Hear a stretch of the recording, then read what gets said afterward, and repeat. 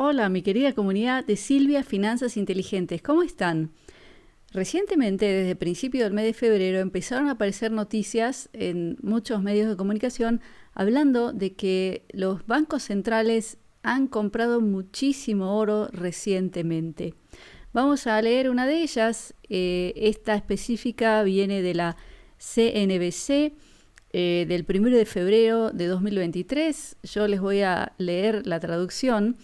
Dice así: la demanda de oro aumentó a un máximo de 11 años en 2022 por la compra colosal de bancos centrales. La demanda anual de oro aumentó un 18% a 4.741 toneladas, sin incluir el comercio extrabursátil durante todo el año, la mayor cifra anual desde 2011.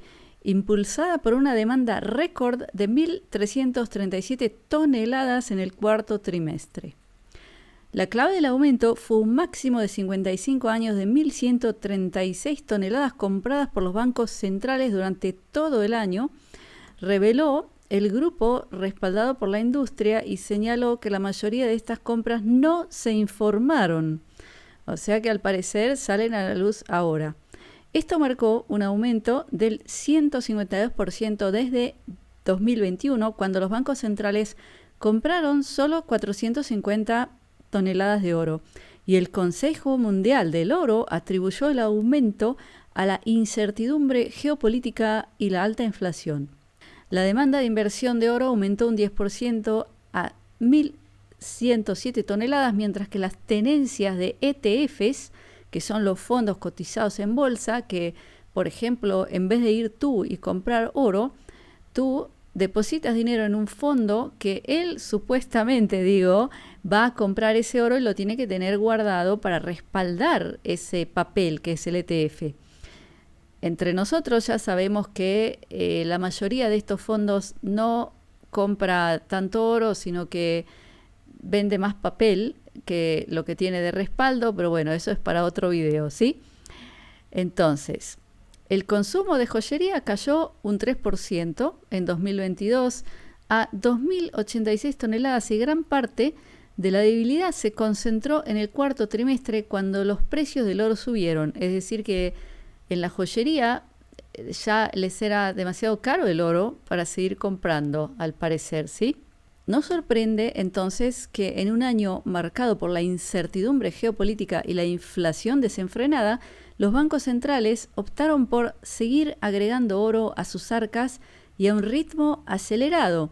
Y ahora viene el dato más interesante, y yo luego les voy a analizar esto, lo vamos a analizar con datos históricos, vamos a ver la gráfica del precio del oro para entender aquí mucho más de lo que nos dice esta noticia. Aquí viene el dato más importante. La mayoría de las compras de bancos centrales en 2022 provino de mercados emergentes, siendo el Banco Central de Turquía el mayor comprador con un récord de 542 toneladas. China, India, Egipto, Qatar, Irak, los Emiratos Árabes Unidos y Omán aumentaron significativamente, sus reservas de oro durante el año. Ok, entonces vamos a analizar esta noticia, porque cuando uno lee una noticia de esta índole, tiende a pensar que es una buena inversión el oro, ¿no es cierto? Si los bancos centrales están comprando tanto, puede ser que suba el precio más. O sea que nosotros leemos estas noticias y enseguida nos interesamos por este tipo de bien. Pero vamos a analizar esto de otra manera. Yo siempre les digo que hay que saber utilizar las noticias de la prensa oficial para entender lo que realmente está pasando. O sea, lo que yo he aprendido después de muchos años de invertir en bolsa, en oro también, en criptomonedas, no en criptomonedas, solamente en Bitcoin, quiero aclarar. Después de muchos años he aprendido bastante. Y ahora lo que quiero aclarar es que esto no es asesoría financiera, esto es compartir mi experiencia personal, mi opinión subjetiva, que puede estar equivocada. Por eso no hay que estar de acuerdo conmigo y tampoco hay que ir a actuar de acuerdo a lo que yo digo aquí, sino que esto es solamente una perspectiva más para que cada uno de ustedes pues haga su tarea y tome sus propias decisiones. Entonces, luego de aclarar esto, les voy a contar lo que yo he aprendido y después cada uno que haga lo que quiera con esta información. Primero, que nosotros sabemos que todos los medios de comunicación oficiales tienen algún tipo de interés o alguien los maneja por detrás, y los mismos que manejan los medios son los que también son los dueños de los bancos, etcétera. Entonces, lo que yo aprendí es que cuando aparecen noticias en medios oficiales es porque ya es demasiado tarde para hacer lo mismo que ellos te están diciendo que han hecho. ¿Qué quiere decir eso? Que las grandes instituciones, los bancos, los grandes capitales, los grandes billonarios hacen sus movimientos en silencio. Es decir, antes de que salga la prensa, ellos ya compran, ya venden, ¿sí? En este caso yo diría que ya deben haber comprado todo el oro que ellos querían a precios más bajos. Y luego llega el momento de vender, porque nosotros sabemos que los mercados fluctúan. Es como el mar, tiene olas que suben, que bajan, la marea sube, la marea baja. Entonces, la forma de ganar dinero es comprar barato y vender cuando sube el precio. Es muy simple. Y no al revés, que es lo que hace la mayoría de la gente, que no tiene educación financiera o quizás no tiene tiempo para dedicarle por ejemplo, a leer noticias, a analizar gráficas, etcétera. Entonces, reacciona solamente a las noticias de los medios oficiales. Y eso es un grave error. O al revés, podemos decir que si entendemos cómo funciona este sistema, podemos utilizarlo para nuestro bien también. Eso es lo que hago yo. Entonces, vamos a ver ahora el gráfico del precio del oro histórico, porque ahí vemos los hechos. O sea, yo no estoy inventando aquí nada, vamos a ver los hechos para que aprendamos de lo que pasó en el pasado y ahí podemos empezar a entender cuál es la verdad de todo esto. Entonces vamos a ver aquí este gráfico y vemos el año 2008. La crisis financiera del subprime, o sea, del mercado inmobiliario que luego se lleva toda la bolsa a pique, comienza entre septiembre y octubre de 2008. ¿Y qué es lo que vemos aquí? Antes, en febrero de 2008, el oro estaba en $998 por onza. Lo vemos aquí claramente. Y luego de que empieza la crisis, baja el oro a 716. ¿Qué les parece eso? ¿No es cierto que es una sorpresa? Porque nosotros esperaríamos que si llega una crisis, que todo el mundo corra a comprar oro para escapar del dinero fiduciario o de los mercados financieros, etcétera, y vaya al oro. Eso es lo que nosotros entendemos de forma teórica. Pero en la realidad, ¿qué es lo que vemos? Que el oro baja después de la crisis. O sea, comienzan todos a vender acciones, el mercado se va a pique, baja enormemente y el oro también baja. Entonces, ¿qué es lo que yo aprendí de esto? Lo que yo aprendí es, primero, que estos procesos tienen una lógica y toman un cierto tiempo. Es decir, que empieza una crisis en que la bolsa se desploma. Para empezar, los institucionales, el dinero inteligente, ¿sí?, ya sabía y ya ha vendido. O sea, el dinero inteligente vende en los precios máximos y ahí empieza a bajar. Y la gente normal como tú y yo, que son miles de millones alrededor del mundo, que tienen su dinerito, sus ahorros o tienen su fondo de jubilación en la bolsa de valores, no se mueve rápido. Esa es la verdad. O sea que la persona normal que no es su profesión o no tiene el tiempo de estar analizando el mercado, le toma tiempo primero darse cuenta de lo que está pasando. Segundo, no quiere reaccionar porque le da miedo a hacer un gran movimiento. ¿Por qué? Porque primero que cree que esto no va a ocurrir, siempre tienen miedo de pensar que realmente viene una caída de la bolsa muy fuerte y dicen, no, esto es momentáneo, ya va a corregir para arriba. Además que en general los medios oficiales te cuentan eso también, tratan de hacerte creer que todo va bien justo cuando no va bien, ¿sí? Siempre va al revés. Entonces, la persona normal no se apura a vender y luego sigue bajando la bolsa y sus acciones, sus ahorros que tiene en ETFs o lo que sea, siguen bajando y la persona todavía no reacciona porque dice, bueno, no, ahora va a parar y va a volver a subir y sigue bajando y bajando y bajando. ¿Y cuándo se acuerda de vender? Cuando ya ha bajado mucho. Segundo, ¿ok? Entonces estamos hablando ahora de vender las acciones. O sea, sabemos que en el 2008 cae la bolsa y luego de bastante tiempo de que ya estaba bajando el mercado, la gente empezó a vender lo que tenía.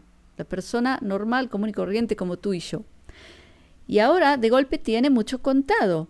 Entonces, ¿qué hace con ese contado? Empieza a buscar dónde ponerlo.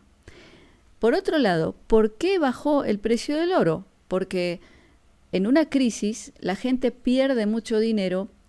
En la crisis inmobiliaria perdió hasta casas, ¿sí? Hay gente que se les quitó la casa y si tenía invertido dinero en oro, tenía que transformarlo en liquidez, en dinero para poder tapar la pérdida por el otro lado o para poder quizás pagar una deuda muy grande que tenía para no perder su casa, etcétera, etcétera. Entonces la gente tenía que vender ese oro para usar ese dinero en otra cosa.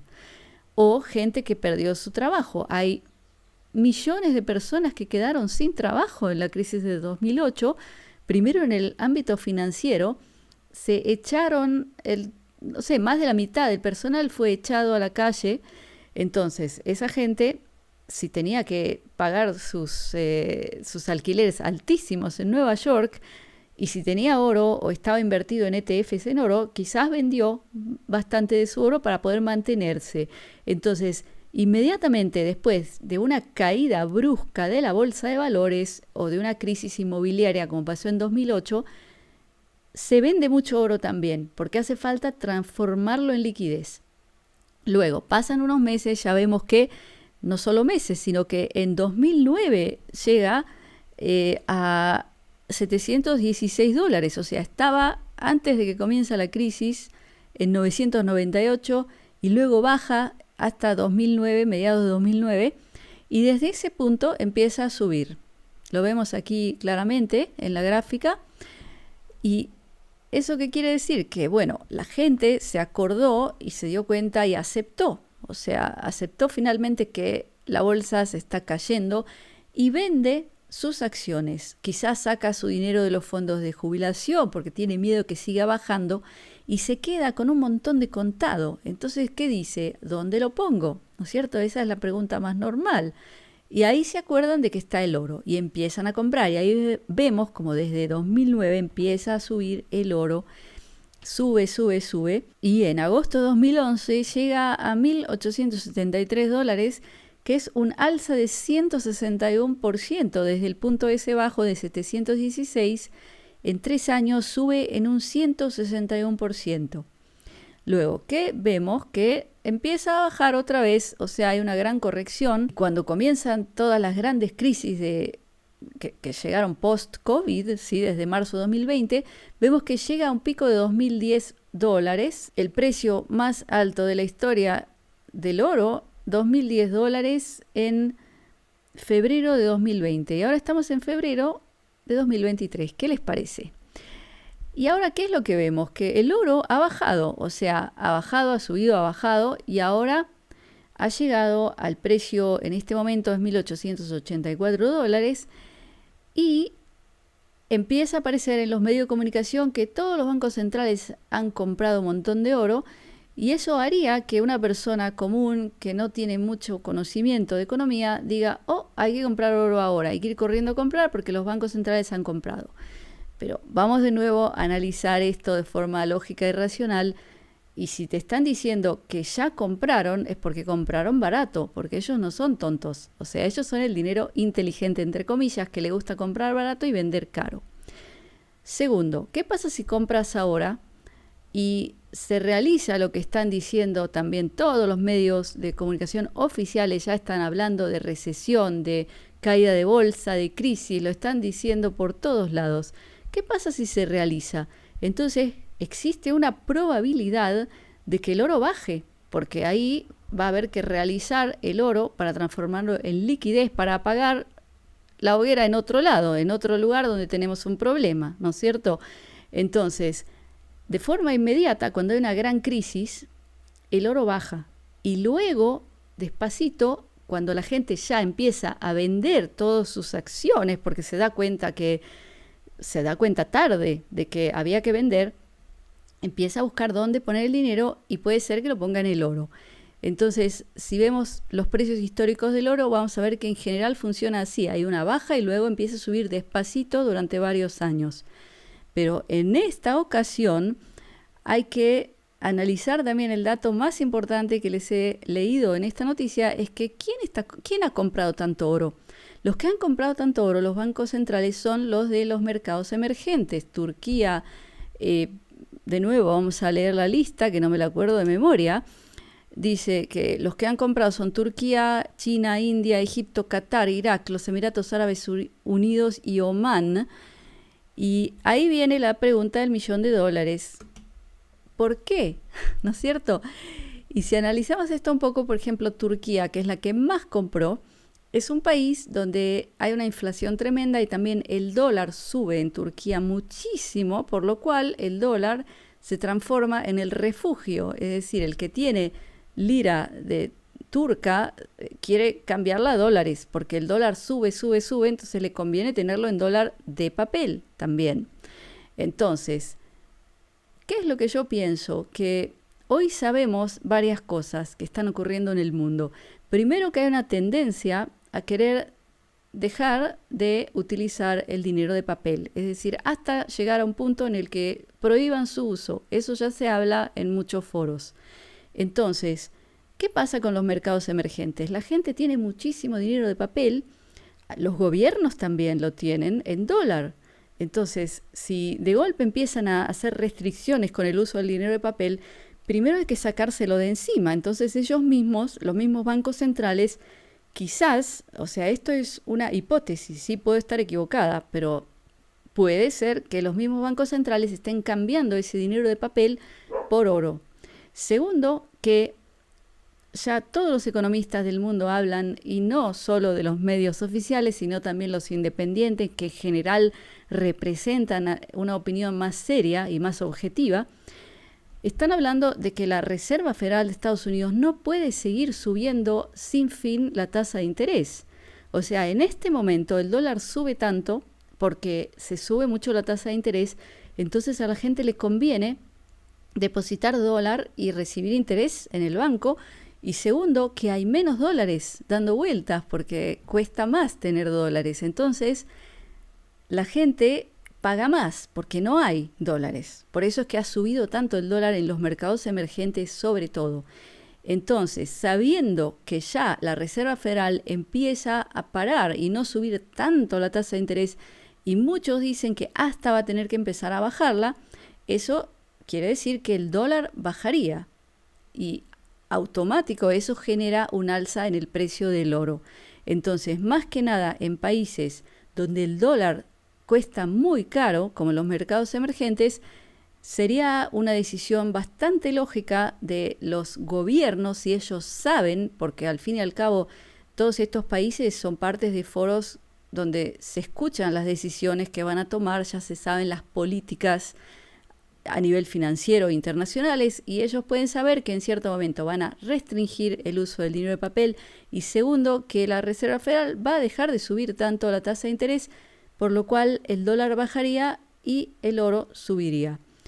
Pero de nuevo, esto es todo una hipótesis, es mi opinión subjetiva con la cual no hay por qué estar de acuerdo. Puedo equivocarme y no hay que tomar decisiones de acuerdo solamente a mi opinión, sino que ustedes tienen que hacer vuestra tarea.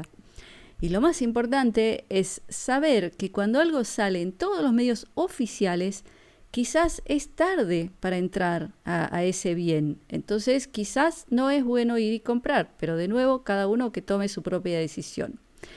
Y por último, bueno, yo sí creo que uno de los bienes de refugio es sin duda Bitcoin, porque ya sabemos que no se puede generar más Bitcoin de la cantidad predeterminada, que son 21 millones que todavía no se han generado. El que no entiende de esto tendría que educarse, porque es importantísimo, primero para tu estabilidad económica, segundo para tu libertad, para muchísimas cosas. Sería bueno que entiendas primero cómo funciona el sistema de generación de dinero en el mundo, para que puedas entender también qué quiere decir la blockchain de Bitcoin y por qué es la antítesis de ese sistema. Entonces, si no entiendes nada de Bitcoin, hay muchísimo material online y si te interesa aprender de mí, o sea, de lo que yo he desarrollado a nivel de educación, tengo mis 2 cursos desarrollados junto con Catalina, de Tech con Catalina, nivel 1, que es nivel para principiantes desde cero, y nivel 2 para entender más profundamente qué es el blockchain de Bitcoin, cómo funciona. Y yo hablo mucho ahí sobre cómo funcionan los brokers y cómo entender qué broker es legítimo, cuál te puede llegar a estafar. Eso leyendo los términos y condiciones, porque hay que entender la terminología, eso nadie lo entiende. Y yo sí, porque trabajé muchos años en brokers internacionales, entonces conozco bien el tema. Entonces, para la gente que quiere tomarse esto más seriamente, le recomiendo el nivel 2 también, estudiarlo, adquirirlo. Entonces les pongo abajo los enlaces para los que quieran disfrutar de estos 2 cursos. Entonces, mi querida comunidad, por último, no caigan en estafas en todas las redes sociales. Primero, estoy aquí en YouTube, ustedes me ven hablando, y en Instagram y Twitter solamente existe Comunidad Silvia, no hay otro perfil. Todos los demás que se llaman Silvia Finanzas, Silvia Salud, cualquier nombre son estafadores utilizando mi imagen.